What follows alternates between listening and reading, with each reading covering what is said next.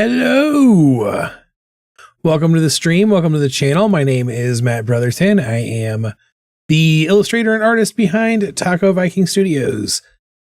I like to live stream on Monday, Wednesday, and Friday at 4 p.m.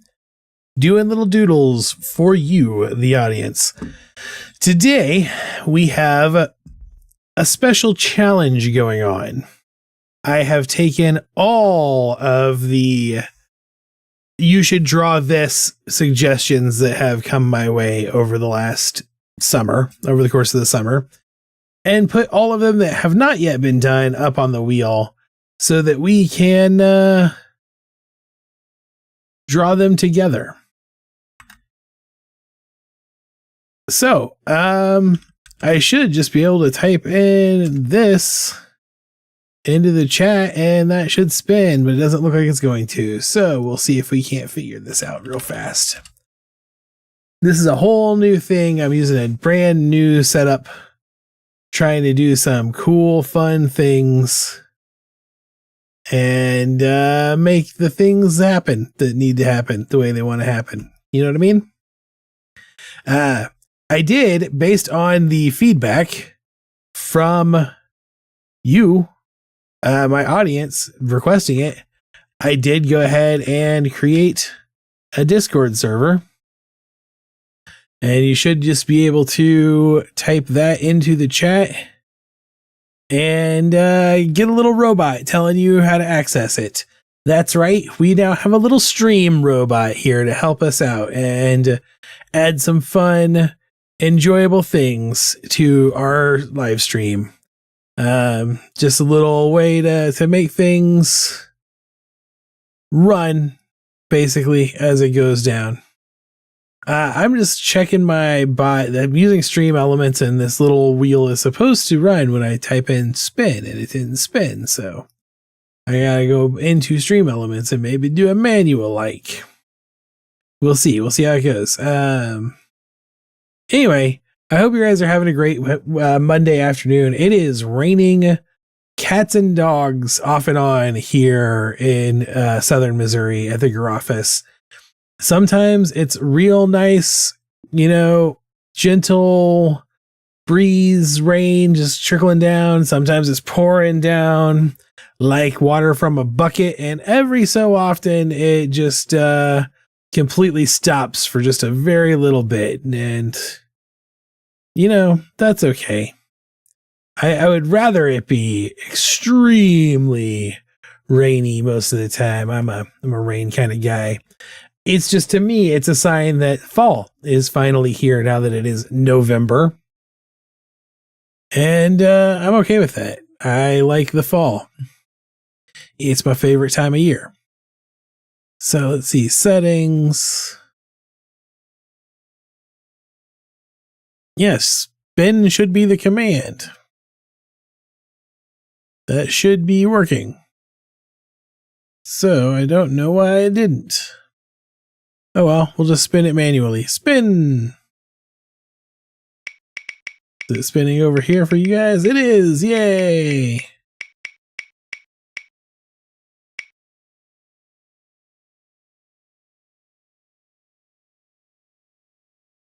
I didn't actually see what we got.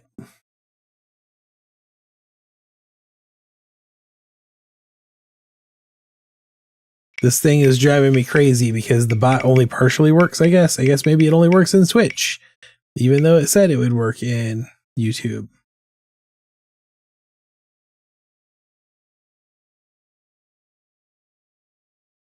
Okay, it looks like we got Bird Nerd. Bird Nerd is where we're going. We're starting off with Bird Nerd. So we'll get that going. Let's get started with the Bird Nerd.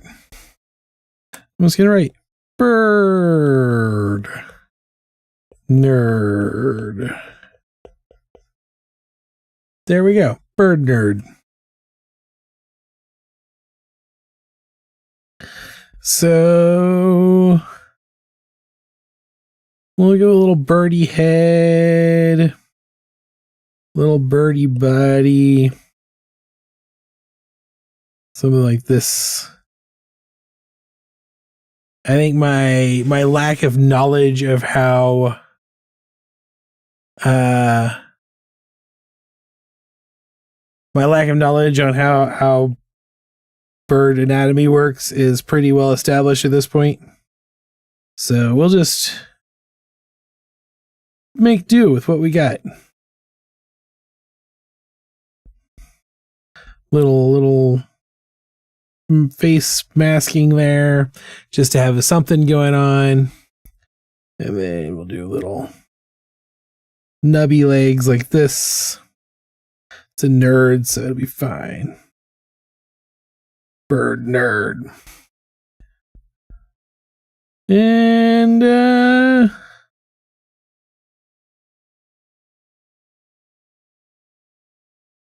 I think a nerd is probably wearing a backpack.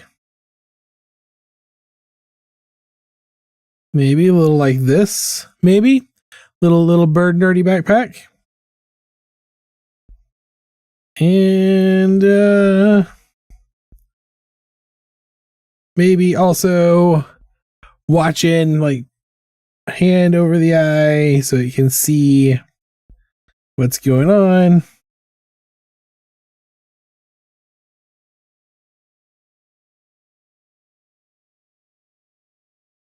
That's a pretty good little bird nerd body shape, I think.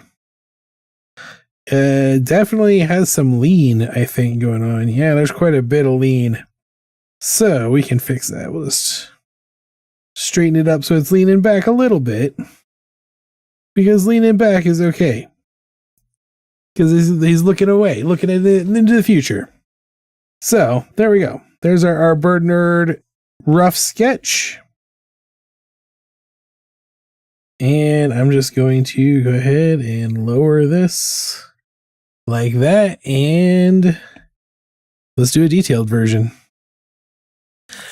I'm not actually listening to anything on my headphones, so I'm going to take them off for now. I thought about finding some stream safe music to play. And I probably still will at some point. But right now, I'm all quiet type. I don't like wearing headphones when there's no sound because it really just makes my head hot. My head gets hot very easily. So we'll start with this little birdie arm here. You know, part wing, part hand, bird arm. All Disney style, maybe. And another little backpack. Yeah, maybe we'll come back to that. All right, and then we'll do just coming up here, and I'm kind of skipping around a lot and not really focusing on any specific thing like I normally would, so that's weird for me, but you know, it is what it is. One eye, two eyes.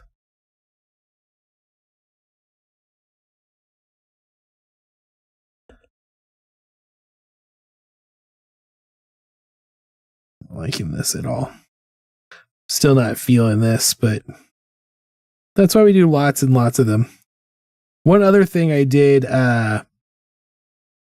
is I put I don't know if this will work with the test version.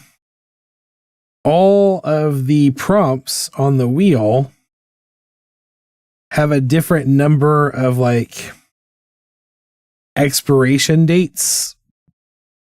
Basically, it was randomized so that each one could have from anywhere to 1 to 5 times that it can show up before it's taken off the wheel. Which lets us like play with some of these prompts a little bit more.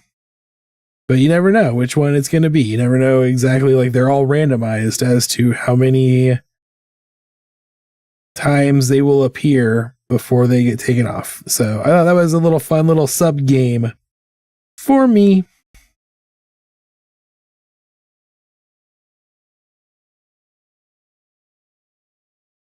And of course, if you have new ideas that you would like to have added to the prompt list, just go ahead and add them to the chat. It's always nice to have new stuff added to the wheel. I thought if people enjoyed this, if this was a popular thing to do, then maybe we would have a recurring segment where we did these like once a month or so. Just coming in and doing some cleanup and knocking out a bunch of stuff people had requested of me to draw.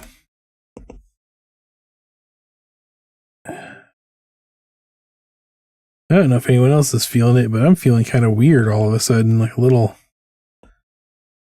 discombobulated out of nowhere. I was feeling perfectly normal until I started the stream. I think someone has poisoned my drink. Not really, but you know. That's fun to say. I think I'm going to give him a little hoodie pouch as he's going on his schoolyard adventure.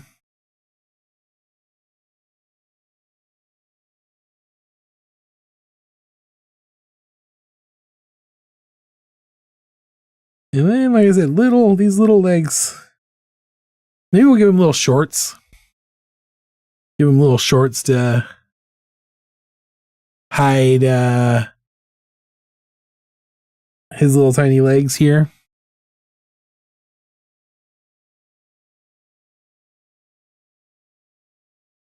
And then little skinny bird legs.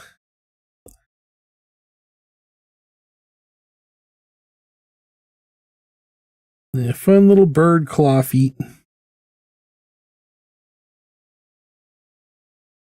One more. Doesn't take a lot to draw a bird, really. Bird feet are fun. Okay, so we take a moment to zoom back. Is this nerdy enough? That's the $64 million question is this bird nerd nerdy enough? And I'm not sure the answer is yes yet. My camera doesn't want to line up correctly today. So what we need to go is, how do we make this bird nerdier? I already gave him glasses. Obviously, that's the nerdiest thing a bird can have. But what else? What else can he have? Maybe a little Game Boy action sticking out of his hoodie.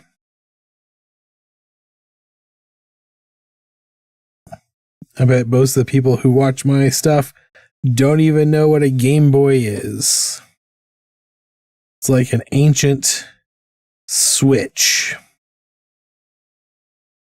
It's an ancient artifact from a time when handheld devices were designed to consume as many batteries as possible in the shortest amount of time possible and sell you more batteries.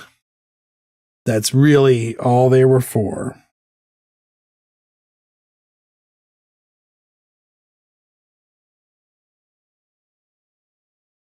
So a little Game Boy sticking out. Oh, he's a nerd though, so he likes retro tech. Little pocket game, handheld game gear, I guess. What else can we say makes him a nerd? How about we come back here and we just have a little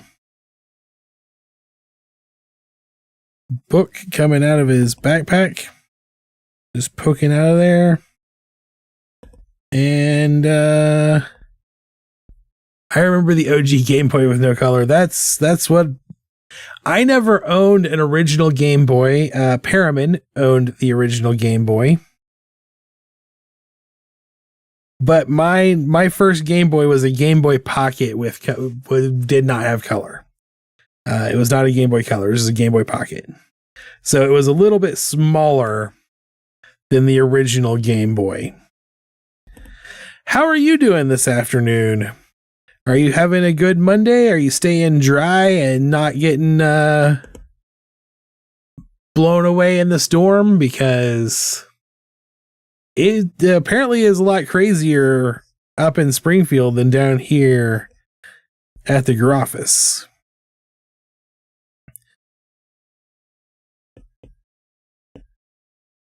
So I put little gaming books in his knapsack. And they say Hero System and Palladium because it's one thing to play Dungeons and Dragons. That's pretty geeky, and I'll give you geek cred for it. But if your preferred system of choice requires a doctorate level understanding of advanced calculus, you're full-blown nerd. That's a law, I think.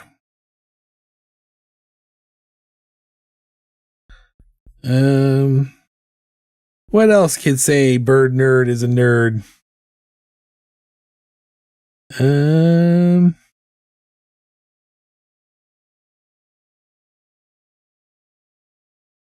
We could just put the pi symbol on his hoodie here. I feel like that's pretty nerdy.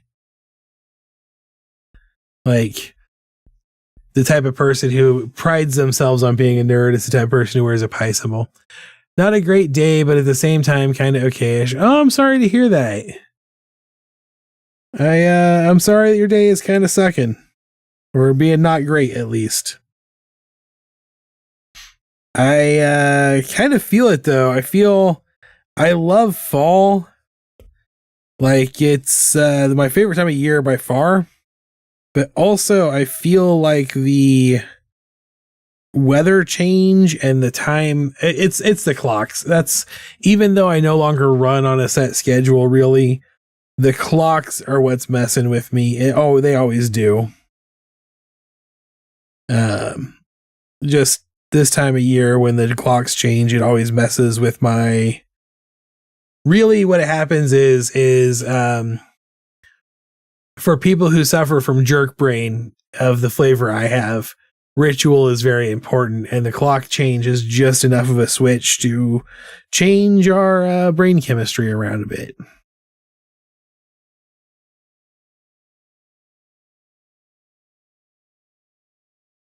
So I hope it's something simple like that and not something complicated like aliens stole your puppy. I know none of it's great, but in the grand scheme of things, I think I would rather deal with my brain chemistry than aliens. That's a bold-faced lie. I don't know why I said that. That's a lie. I would much rather deal with aliens. I would happily fight aliens on behalf of this planet much more than face my own brain chemistry. It's just my truth, and I need to live it. And I don't know why I felt like I should hide that from you guys.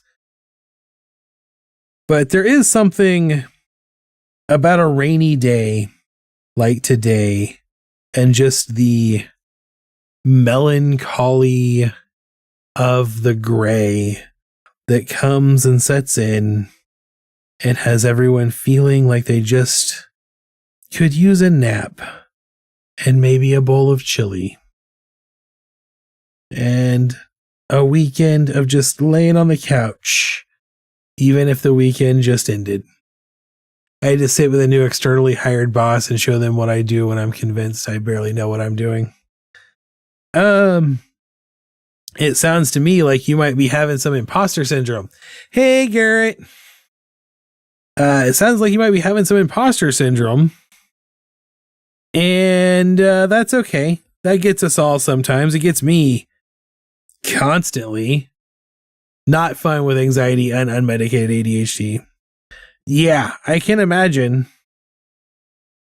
But I feel like you probably are best off giving yourself a little bit of grace and remembering that you are probably the best that knows you, the best person to know what you do at your job. And give yourself the credit for that.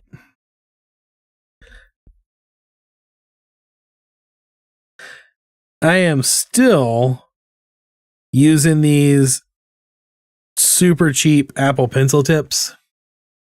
Oh, definitely suffer from imposter syndrome. I trust me, I am constantly struggling with imposter syndrome. I think that's a good thing sometimes. I think I would rather suffer from imposter syndrome than the opposite effect of the cruding.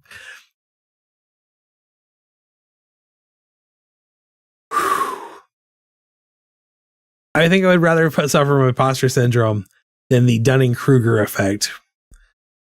I constantly struggle with giving myself credit. At least I'm aware. That's when I worked at the state, my former project manager was a psychologist who was basically studying us as she developed a personality matrix of her own based on the roles we play in video games. Like, not that that's the basis of the metric, but like that's the idea, is like people are healers, tanks, strikers, that sort of thing. And she used to tell me all the time, she would say things like, I was surprisingly self-aware. And I'd always be like, it's nice to be self-aware sometimes, but not when you don't know how to do anything about it. It will subdue, but just taking longer than preferred. Yeah, I get it. And so you just gotta give yourself a little bit of grace, and give yourself a whole lot of credit, because you deserve it. You deserve that credit. It's yours. You should take it. Obviously, your new externally hired boss agrees, because they are asking you to show them the thing. So they agree that you are the best person to show them the thing. So there you go. That's evidence. That's logic.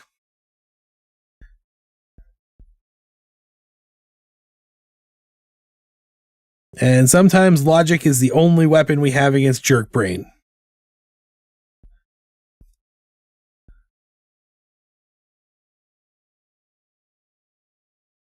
And also, sometimes it's okay to just enjoy the melancholy, Sometimes it's okay to say, I'm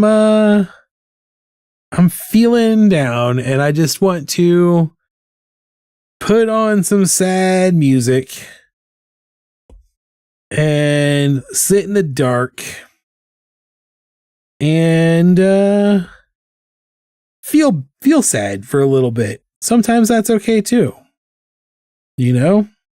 Sometimes you just gotta listen to the Smiths and feel your feels. You know me. I'm a huge advocate for feeling your feels. She is doing it with everyone back here, so it isn't based on a track record. Well, still. At least you're doing good enough that no one was just like coming in and getting rid of you. That was when I was much younger. I was the warehouse manager for a warehouse here in the Springfield, in the Springfield Underground. And they brought in a brand new regional manager. And he came in and cleaned house. And I was actually on the chopping block because I was not very good at my job. But when he got here, he actually took me aside one day and said, I was totally going to get rid of you based on your performance. until I got here and realized that no one ever taught you how to do this job. So that was kind of a thing. I feel better once I get enough downtime to reorganize my stuff. Yeah, that I can understand completely also.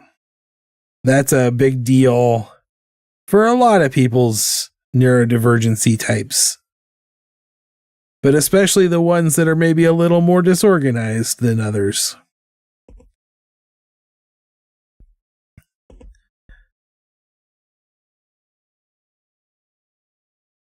I'll tell you something that's really been getting me lately is the kind of art YouTube drama that's going on and just trying to not let it get to me. Especially as I'm trying pretty hard to not let so many other things in the world get to me right now. But I feel almost like it has it out for me. Like the world really wants me to get into a bad place. But my logical brain keeps going, well, the universe couldn't care less about you, so obviously it's not sabotaging you.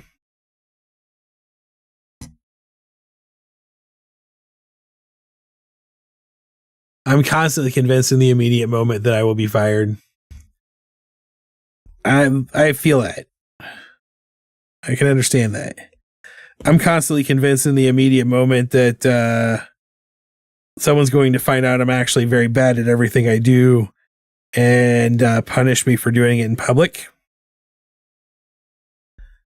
But that's one of the reasons I keep doing it in public. I figure if I was really, really bad at it, doing it in public would let me know for sure. I know I'll get the more ideal spot of comfort and confidence. Get to the more ideal spot of comfort and confidence. Good. In that case, just take the time that you need and have a cool, chillaxing stream. Have fun watching us doodle as we doodle some dudes. If you want, I have added a chat bot that will say stuff. You can play little chat bot games. Have little commands. Like you can find out what's on the wheel by typing in a prompt list. But there's also a bit of passive tension with an extremely conservative folks back here. And there was a themed costume that got several of us fired up. Oh, yeah, I can't imagine. That's the stuff I've been trying real hard not to think about. I'm like,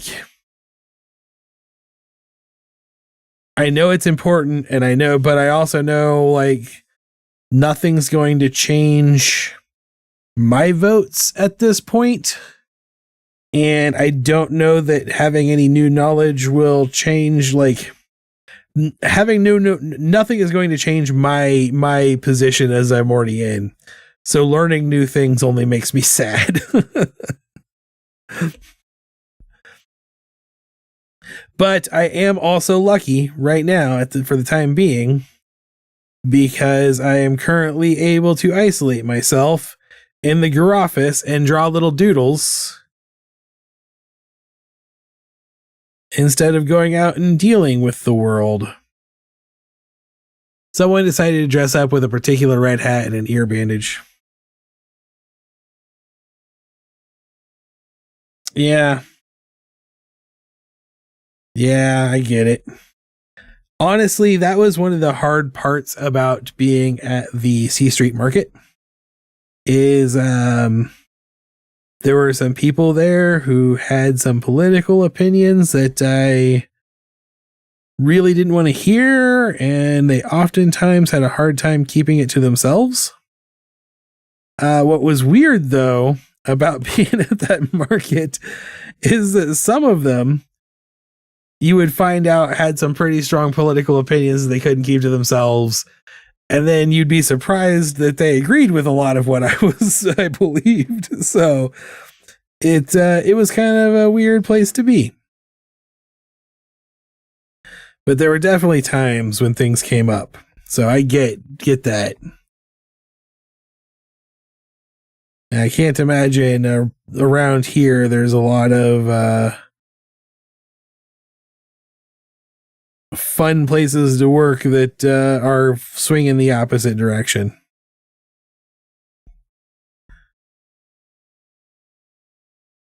You know, I got a friend who works at a biotech company in New York City, and the stories he tells are completely different.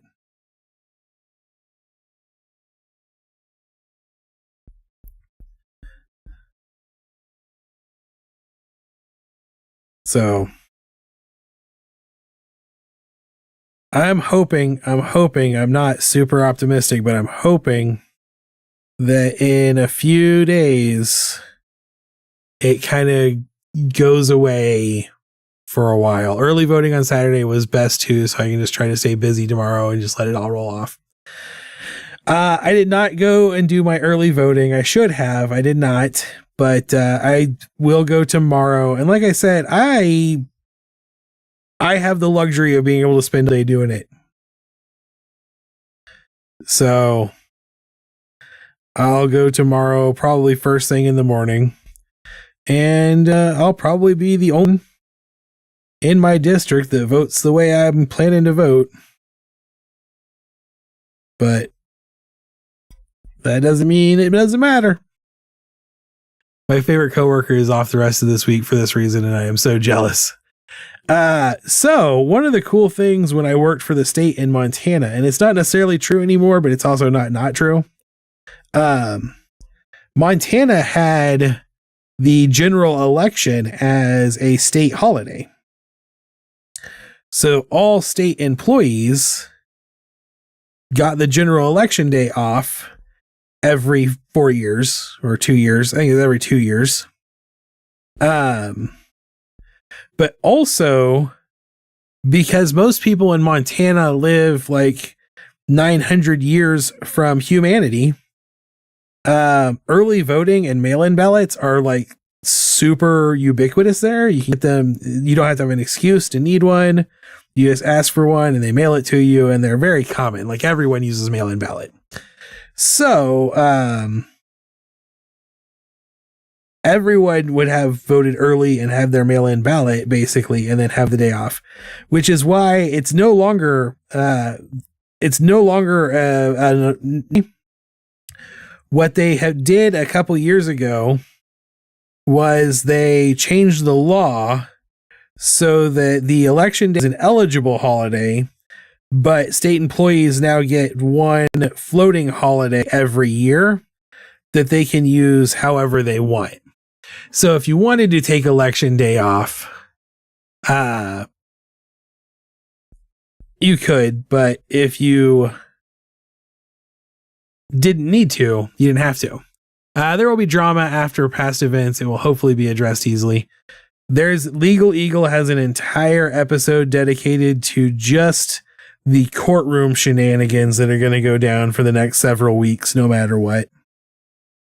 And basically, they're like, it's going to make hanging chads look reasonable.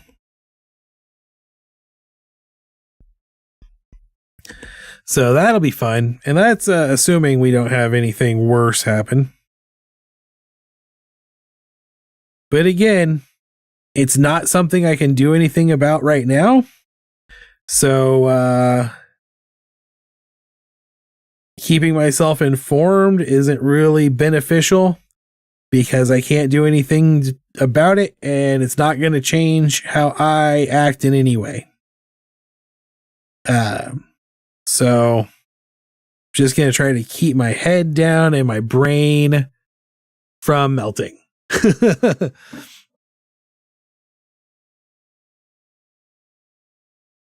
That's my current plan for the next few days.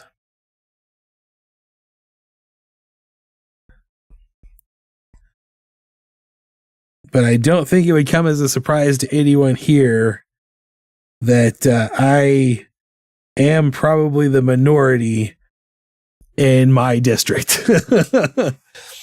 My district, where we only have one party for the vast majority of the positions open in the district.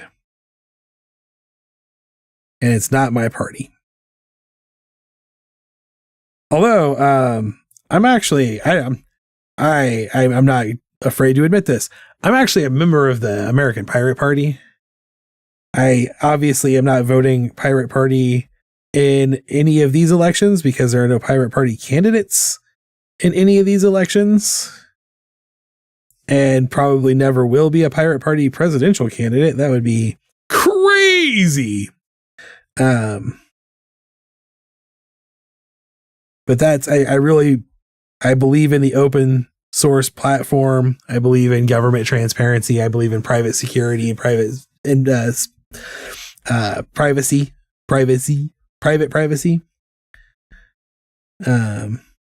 And eliminating tech companies. Like that.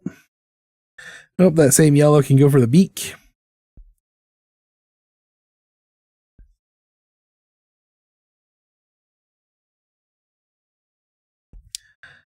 I definitely am overdue to draw the bird nerd. I feel like there is one particular person who enjoys my artwork that really, really wanted the bird nerd. So I'm going to try to have this maybe as a sticker for them at the C Street Market. Even if I only make the one sticker and just give it to them. Did you happen to see the finished print for the Carver set? Although obviously it's been rotating on the screen the entire time. I should have remembered I did that. Yeah, the Carver sticker set, if anyone is curious, is the Patreon sticker set of the month, is what is rotating below my face right now, right down here. The entire cast is stickers that are part of the sticker pack. And then that final slide is the movie poster that will serve as the 8x10 art print for the month.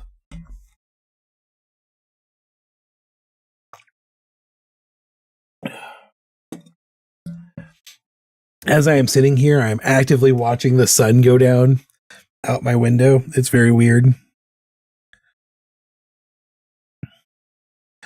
All right, there's some flat colors on our bird nerd. It's going to give him a little tiny bit of shading. Just, enough to let him know that he is definitely not just holding his hand up for no reason. He is shading his eyes to look brightly into the future of bird nerddom. Just letting him see what's going on in the world. Maybe he has a bright future ahead of him. We don't know. We don't know what the bright future looks like for the bird nerd. I'm not entirely sure how birds judge a future. Like, is a good future just one where they migrate on time and come back and find all of the bird feeders are fully stocked? Or are birds less shallow than me and build their lives around important things like family and satisfaction, and not just when are they going to get to eat their next meal? All right, let's see. There and there. Bring this back. refill this in. I had a little line left over that needed addressing. What is going on now? How is that now empty? Oh no! Because I really messed it up. Maybe not shallow, just hollow.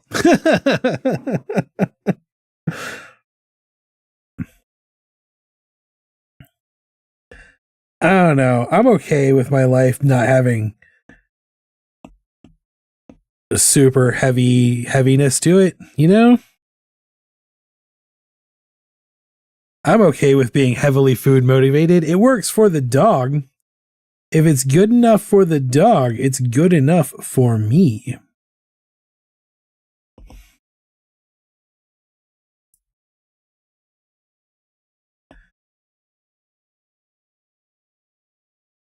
I think that's the true trick to life. We should all live like our puppies. Although I don't want to eat rocks. Isn't that a thing for birds, hollow bones? I believe that to be true, but I'm not a bird scientist doctor, so I could not tell you for certain. And I think that it very well could be one of those things that we all know and then we find out is not true. You know? That comes up every once in a while in our society. Where it's like everyone knows that, and then, you know, you just learned it from your older brother who learned it from a guy who learned it from a girl who learned it from another. That could be one of those things.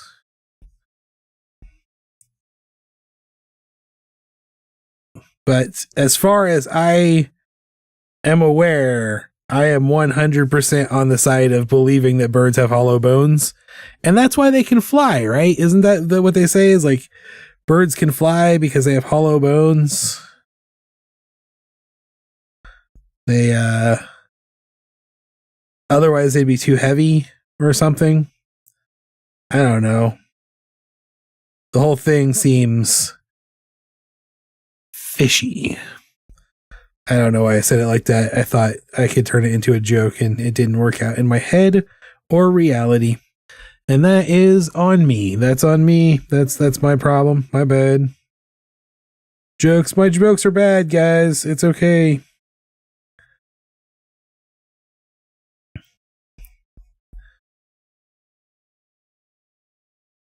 This bird nerd is good. My jokes are bad. Bird nerd is good. So that can be the metric we go with here.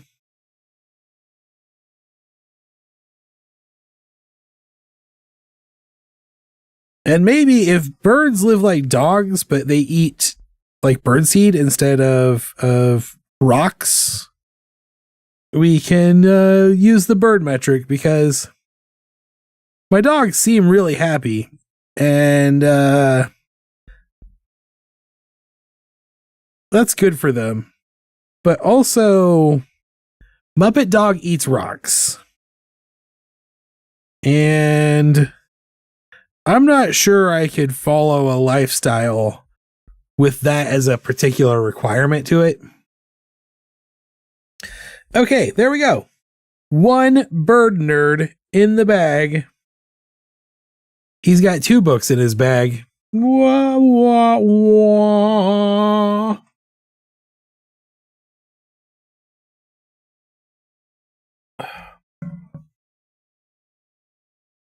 So we can pop this back open here. You can come down and take Bird Nerd off the list.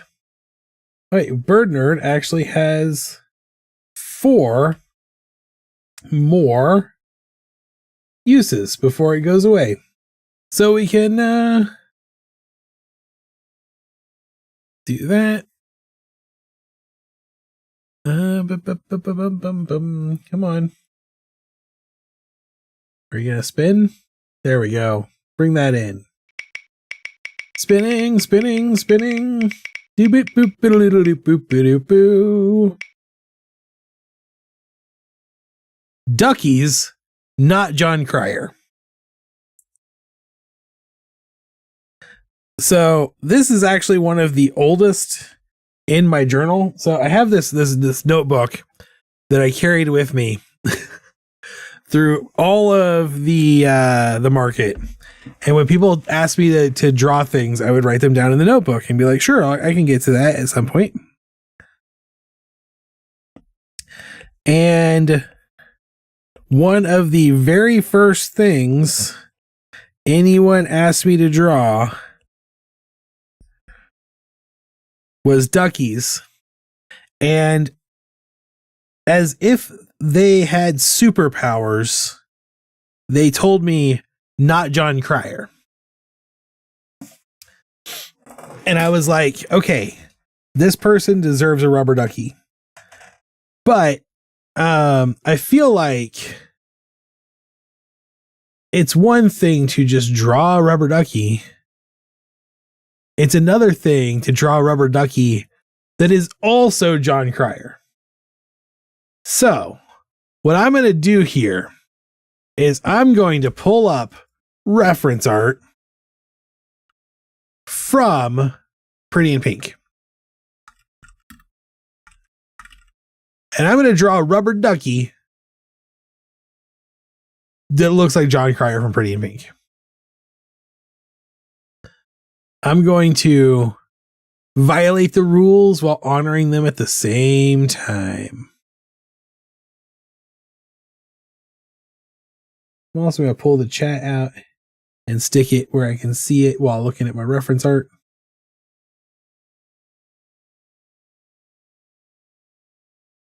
Over here, chat. Boop, back to where you belong. All right, so let's do this. We'll start with a little rubber ducky round base and a big old rubber ducky head.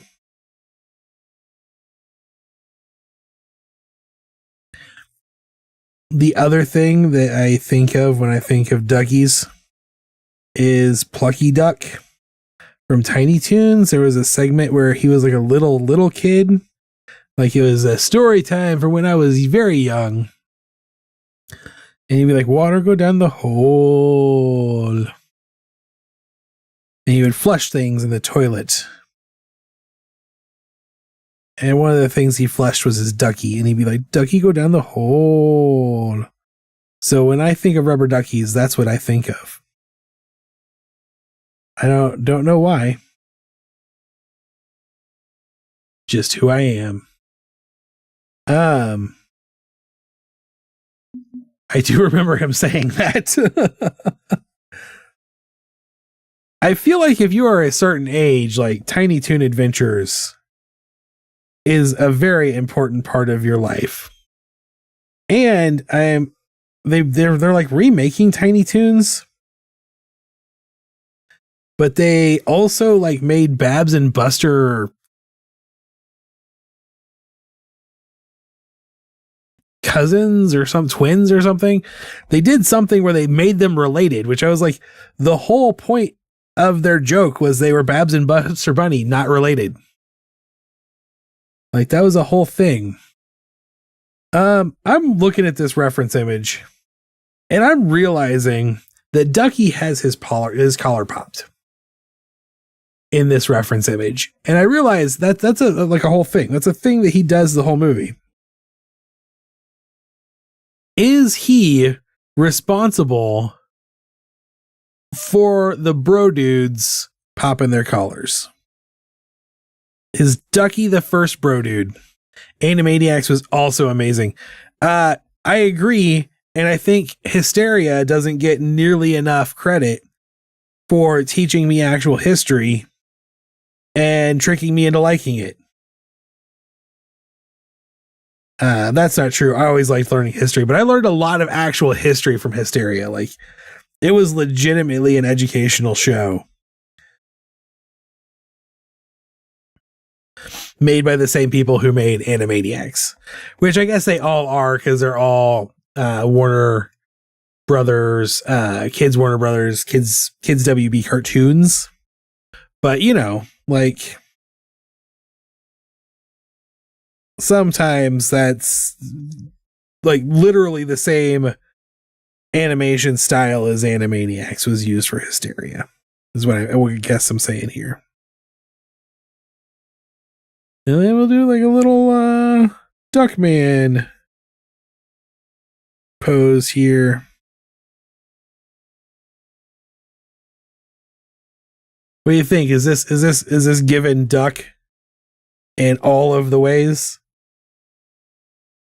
As the kids might say these days, if they had any reference to either of those things. I don't think they make rubber duckies anymore, and I don't think most children have watched Pretty in Pink. The John Hughes oeuvre, I think, has fallen out of fashion. I learned that when people were like, "What's the Breakfast Club?" It made me sad. But nothing lasts forever, right? Like, that is the way it is. I'm not entirely sure I'm drawing a rubber ducky bill right.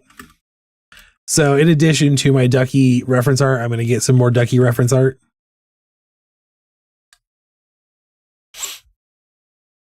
Just so I can, you know, look and see how they oh yeah, because that's why it felt wrong.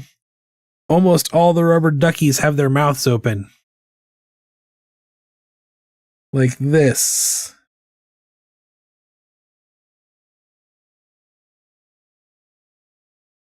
Although that is definitely crooked. You know what would probably help is if I turned my grid on. Or the way Wacko made Acme into Einstein's E equals MC square.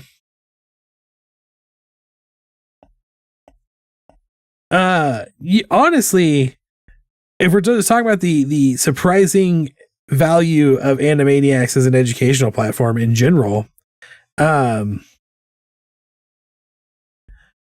of the songs where they taught you things like the sections of the brain or the nations of the world or the states in their capital, like, I feel really like in the late 80s, early 90s, a law was passed that required the kids' cartoon blocks to have educational value. And a lot of the shows that met that were like, did the "and knowing is half the battle" G.I. Joe kind of thing. Like, they met the letter of the law, but not the spirit of the law. And I think Animaniacs might have been one of the first ones to really meet the spirit of the law. I learned too much from cartoons growing up. That's probably what's wrong with me as a person. I'm just trying to get these collars to pop around a ducky head, and the physics of it is weird to me. I'm not the best at freehanding new shapes. In fact, I'm actually going to change how I'm doing this. I'm going to make this symmetrical. I'm just going to use the symmetry tool and symmetrize. I'm going to make this guy symmetrical. I'm having a night. Okay, so we'll start with the sunglasses. The big, round, never looks good on anybody's sunglasses. And I say that with utmost importance because I have so many friends in my life who swear they're the exception. They swear they're the person who looks good in big round sunglasses. And nobody alive looks good in big round sunglasses. It's just the way it is. You are not John Lennon. You never will be John Lennon. Wear normal sunglasses. And then we'll bring this around, and that's kind of a little bill. Little flappy bill.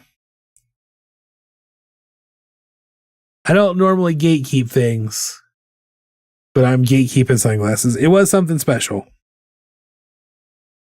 I think the 90s in cartoons was just a good era of cartoons for a lot of reasons, and not just nostalgia, because like I will fully admit that like the 2010 era of cartoons, especially the like Cartoon Network cartoons, were by far and away the best era of cartoons. Like it's hard to compete with that. Like you could cherry pick and put like Batman the Animated Series up against Adventure Time and get a closer run, but in general you had just really banger cartoons in like the 2009 to 2015 range.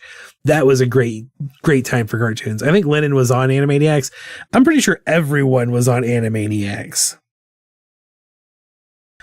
But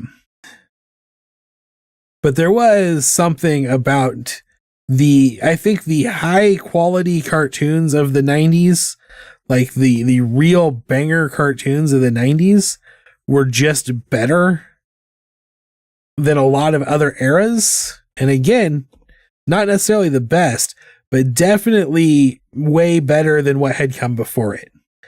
And I know there's probably a lot of Gen Xers out there who would be all, oh no, man, 80s cartoons were rad.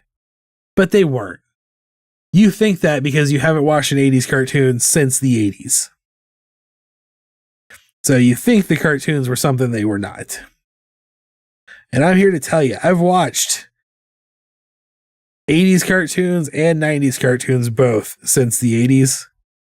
And since they were on time. And the 90s cartoons, the really good ones, again, not all of them were good ones, but the really good ones really still stand up. If you go back and watch Animaniacs right now, it still stands up. It'll still make you laugh.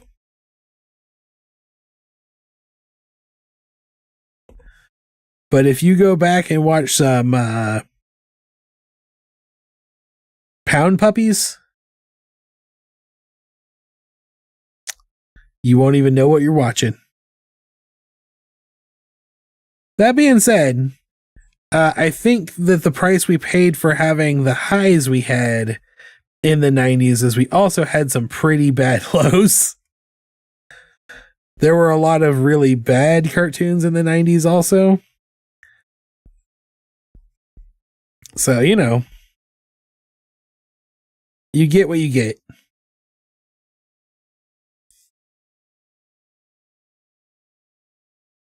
Okay. I like this. This looks good. This is a duck that is giving duck. Okay, and now I can turn the symmetry grid back off so that I can add the little asymmetrical head poofer that was so clearly 80s. And here is where I will defend the 80s over the 90s.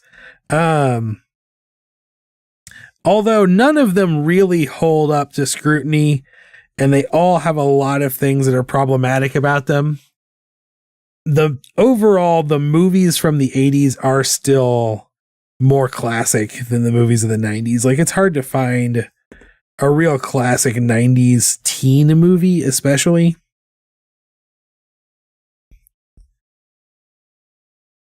I mean, I can name a bunch of 90s teen movies, no problem. She's the Man. She's All That. Let's see. 10 Things I Hate About You, which is probably the best teen movie of the 90s, but That's Heath Ledger. Like, you can't give a movie credit for Heath Ledger just because he's in it. Like, I don't do it for for Nolan. I won't do it for teen comedies. Although, that movie actually has a really good cast in general. Says Joseph Gordon-Levitt in it also. Larissa Oleynik is really good in that movie. But I wouldn't say even then, I'm not sure I would call 10 Things I Hate About You a true classic movie. Like, I feel like it's a good movie. You could watch it and you'd have a great time. I think kids today should watch it and have a good time. But I don't think they're missing out on any cultural zeitgeist if they don't see it. Like, to me, if you have not seen the John Hughes Brat Pack movies, you're actually missing out on a part of our culture. Including, like, how problematic they are, because that's an important part of our culture. Like, knowing that that's a part of our history is important so that we can talk about how problematic they are.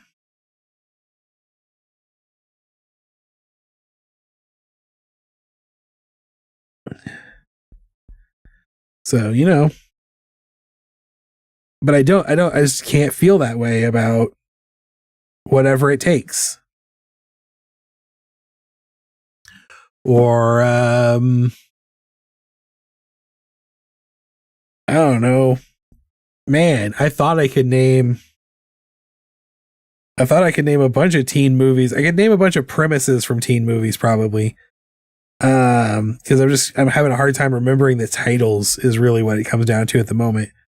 But like the one where Melissa Joan Hart is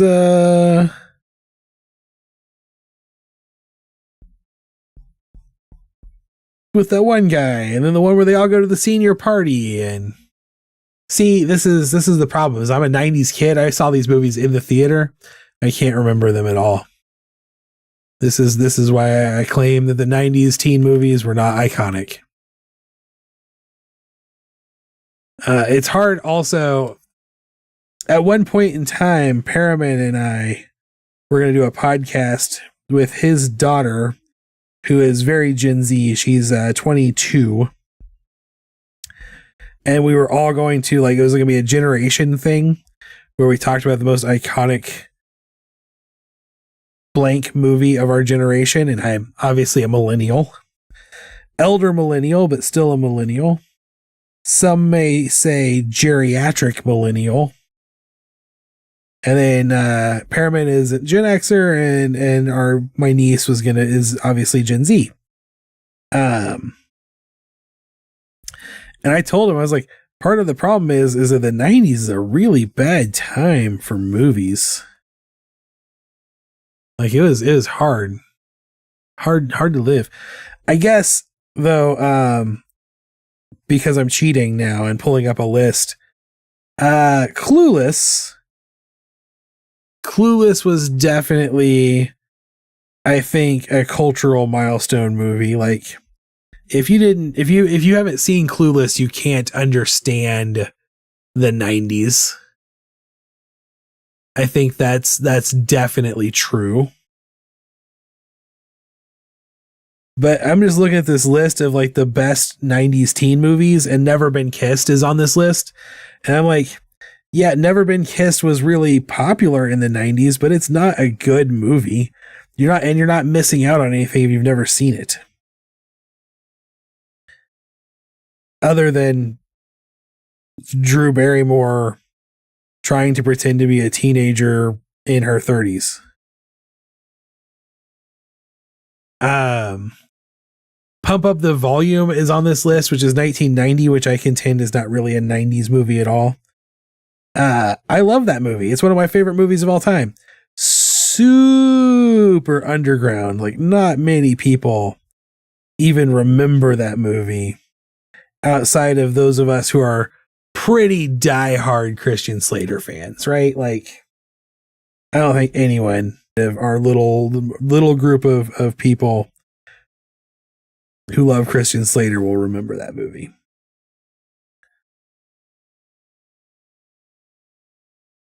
I'm gonna actually turn off the symmetry again.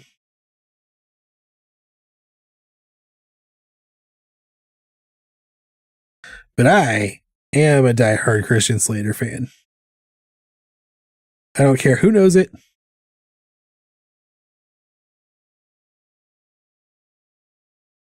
And yeah, it is weird. So, you know, I live with that shame. I think Pump Up the Volume is one of those things that was important to me as a person because my first place I ever lived, I was alone a lot. Like, my first place I lived on my own. And I only owned a handful of movies. And that was what I would use to spend the time because I was also very broke. So I couldn't afford to go do stuff. So one of the movies I owned was Pump Up the Volume. That was on DVD. Okay, this duck is definitely got the right feel to it. Never Been Kissed was good at first, but if you look really into it, it's probably, well, that's true for most teen movies though. But I will agree that this is IMDb's list of the 50 best teen movies from the 1990s. And I will agree, a lot of these movies are good. And if you wanted to go watch them, you could go watch them. All of them are going to be problematic though. Number one on the list is Pump Up the Volume. They're saying this is the best teen movie of the 90s. And it is definitely, like I said, I definitely think it was an amazing movie, but it wasn't like well known. It just has a really high Metascore. Number two on this list is Cry Baby, which is a movie starring Johnny Depp about teenagers in 1950s Baltimore. Ricky Lake is in it. It's a good movie, but again, if you didn't see it, you're not really missing out, although you could check it out. And then number three on this list is Don't Tell Mom the Babysitter's Dead. And I have to go, okay, look, I agree that movie is an essential 90s teen movie. But if it's not the 90s and you're not a teen in the 90s, you should not watch it. Like, it is not a good movie.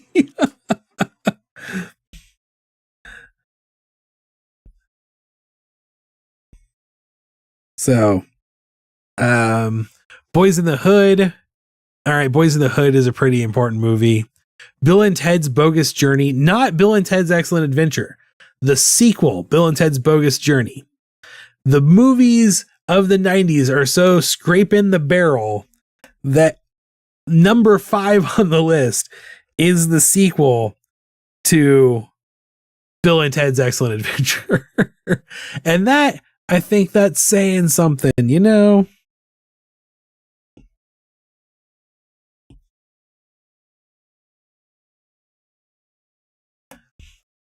Encino Man is on this list.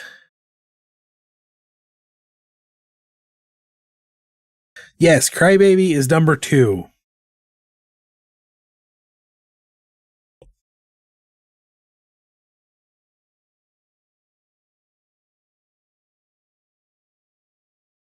Dazed and Confused. Okay, Dazed and Confused is a really good movie about life in the 1970s. Heavenly Creatures. Okay, here's the thing. Heavenly Creatures is a movie I've never seen. Like, if I've never seen the movie, it can't be important. I've seen too many movies. Clueless is number 9 on this list. Empire Records. If you are, this is what I'm going to say about Empire Records. If you are a Gen X or Gen Z kid who has millennial parents or really basic, really, we'll go geriatric millennial parents, elder millennial parents like me, or really young Gen X parents. You probably should see Empire Records so that you can get a lot of their references. You love number 3. You love Don't Tell Mom the Babysitter's Dead. I can barely remember Don't Tell Mom the Babysitter's Dead. I remember the dishes are done, man. I will always remember that. The Doom Generation, do not remember that movie at all. Hackers, okay, Hackers is again a movie that probably means a lot to a lot of millennials, but not really because it's a good movie.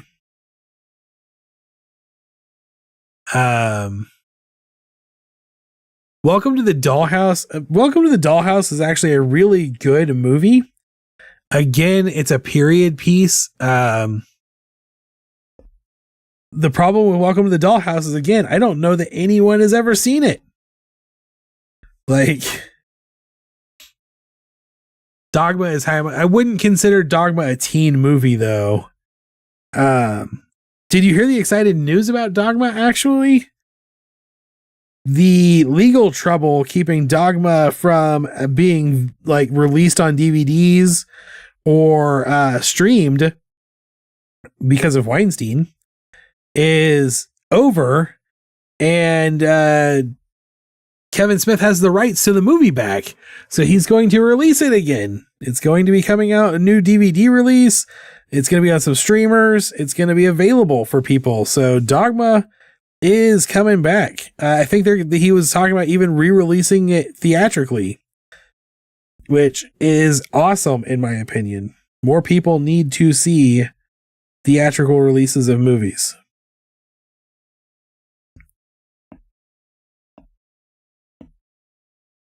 Come in here and clean you up.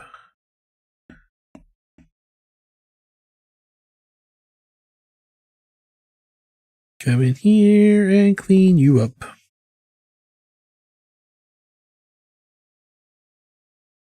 It's very exciting news for me and my group of friends. We love Dogma. We're giant nerds. Some might even say giant nerds, the type of whom enjoy Kevin Smith movies. Which would be accurate. I think all of us do. We're probably the only people in the world who saw Clerks 3. Angus is a pretty good movie. See, again, these movies, I'm looking at this, I'm just going, these movies were okay. They're not iconic. They're not classics. They're not required viewing.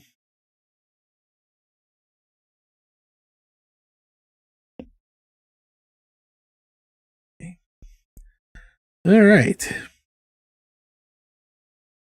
So, maybe I'm just being an old person yelling at clouds.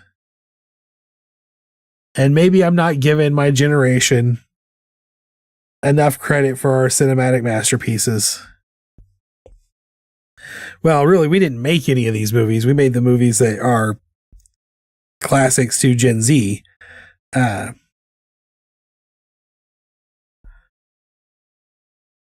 just feel like once you get past the John Hughes era, the teen movies aren't as good. Maybe I'm wrong. Maybe I am just a grumpy Gus. Because honestly, now that I'm looking at this list and remembering some of these movies, I'm really remembering some really good movies here that unfortunately, again, though, just don't get talked about. Maybe that's the problem, is that we had a lot of good movies. They just got lost to time. They got lost to the VHS era. The Basketball Diaries is on this list. Scream is on this list. Scream gets to be remembered. Scream is an iconic horror movie. I wouldn't call it a teen movie. Guess it is about teens. Baz Luhrmann's Romeo plus Juliet is on this list, and that's I can't argue with Claire Danes. You know? Like, you're not allowed to argue with Claire Danes. That's the rule. Claire Danes. Claire Danes. Syphil and Ollie. If you don't know Syphil and Ollie, so talking about cool things from the 90s, Syphil and Ollie. Sock puppet people. Say if you didn't grow up in the 90s, you'd be like, hey, remember that time that sock puppets had their own call-in show on MTV? You'd be like, what the crap are you talking about? That's insanity. But that's just what the 90s were like, man. That's just what the 90s were like.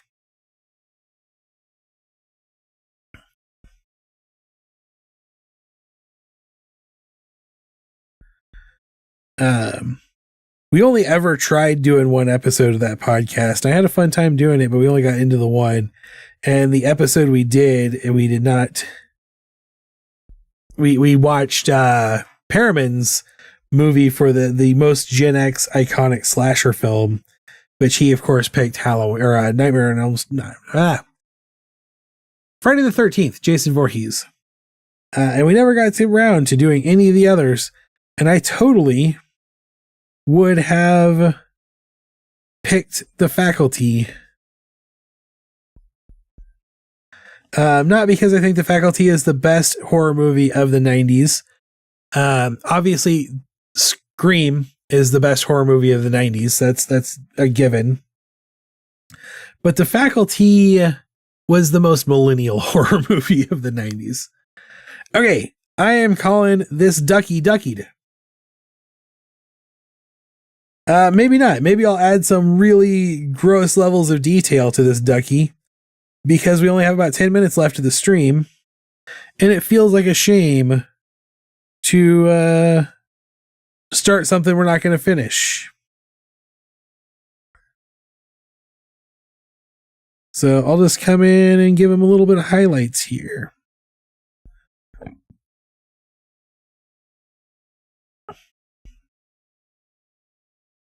He's made of rubber. He likes to reflect. There's lots and lots of lights. Something heights. I actually really like Dude, Where's My Car? Was that 90s? If Dude, Where's My Car was 90s, it would have been very, very late 90s. But I think it was more like 2003 or 2004. Dude, Where's My Car? I feel like that was definitely a post-American Pie world. And American Pie, believe it or not, came out in 1999. American Pie is barely a 90s movie. Can't Hardly Wait, by the way, was the one I was trying to think of earlier. Dude, Where's My Car? December 15th, 2000. So, not actually a 90s movie. But really, you could call it a 90s movie. I have a theory of the cultural fives. This is my own personal theory, is that decades culturally run from the 5 to the 5. So like the 80s is not 1980 to 1990 or 89. It's actually 1985 to 1995. So the 90s culturally under that theory would be 1995 to 2005. And it's not actually a perfect theory, but it does align pretty closely with the generations and their birth dates. So like calling the 90s 95 to 2005, then you're talking about the oldest millennials being somewhere between like 13 and 15 in 1995 too. So like they're mid-teens to their mid-20s. And I think that really culturally makes more sense to me. than necessarily the way we look at things, but also like, who am I to make these kind of rules? Who's anybody to make these rules? Pleasantville was definitely a 90s movie, though. That was a good one. I have locked up my iPad again, so I got to come into OBS. Here, OBS. Come here. Let's turn this off.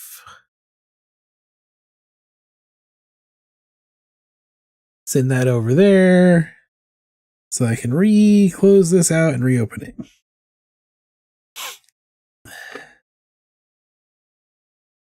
So, yeah. Anyway, that's the world. That's the way that goes. We're about to see if I lost the 2 doodles I doodled today. All right, yay, they came back. We can turn this back on and point you back. There we go. They came back. The cat came back. No, it couldn't stay away. The cat came back the very next day. That's a thing that I grew up with, I guess. So this is my rubber ducky. I feel like it really captures the essence of Jon Cryer here as a rubber ducky. And that's who I am as an artist. Really, if we come down to it, what are we trying to do? We're trying to capture the essence of Jon Cryer as a rubber ducky. I think this could actually really use like nice 1980s electric blue background here. Like that. And then I got about 5 minutes left in the stream. So we could come in here and do some real red. I'll sketch them in for now. Like,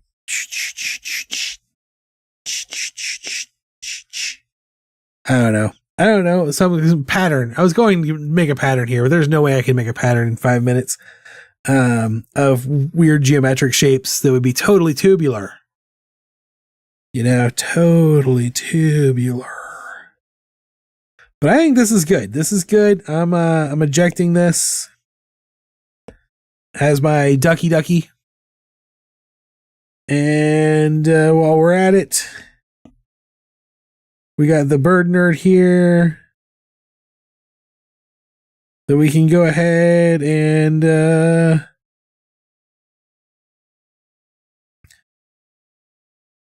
let's do a different background color for the bird nerd. Let's do maybe a green here for this guy. We'll eject him. We got a bird nerd. There we go. Two little dudes doodled off the wheel. Thank you for coming and hanging out. If you enjoyed this video, be sure to give it a thumbs up. If you are curious and would like to know what I'm thinking about things, you can follow me on all the social medias. Or you could join the brand new, freshly baked, just created this afternoon, Taco Viking and Friends Discord server. It's up and going. The links are in the thing. I just shared them in chat, or will be sharing them in chat in just a second. Sometimes things are a little slow. I appreciate you coming and hanging out with me tonight. I appreciate everybody being awesome tonight. I hope you'll join me on Wednesday at 4 p.m. Central Standard Time. That's right. It's now Standard Time. It's not Daylight Savings Time in the winter. Daylight Savings Time is a summer thing. We're going to be doing some more drawing. I don't know what we're going to draw yet. We'll figure it out. maybe we'll spin the wheel some more. Have a wonderful evening. Enjoy the change into November. Try not to let things get too crazy in your world. Don't let the jerk brain win. And remember, as always, to stay weird. Thank you for hanging out. Have a wonderful evening. I'll see you next time. Goodbye.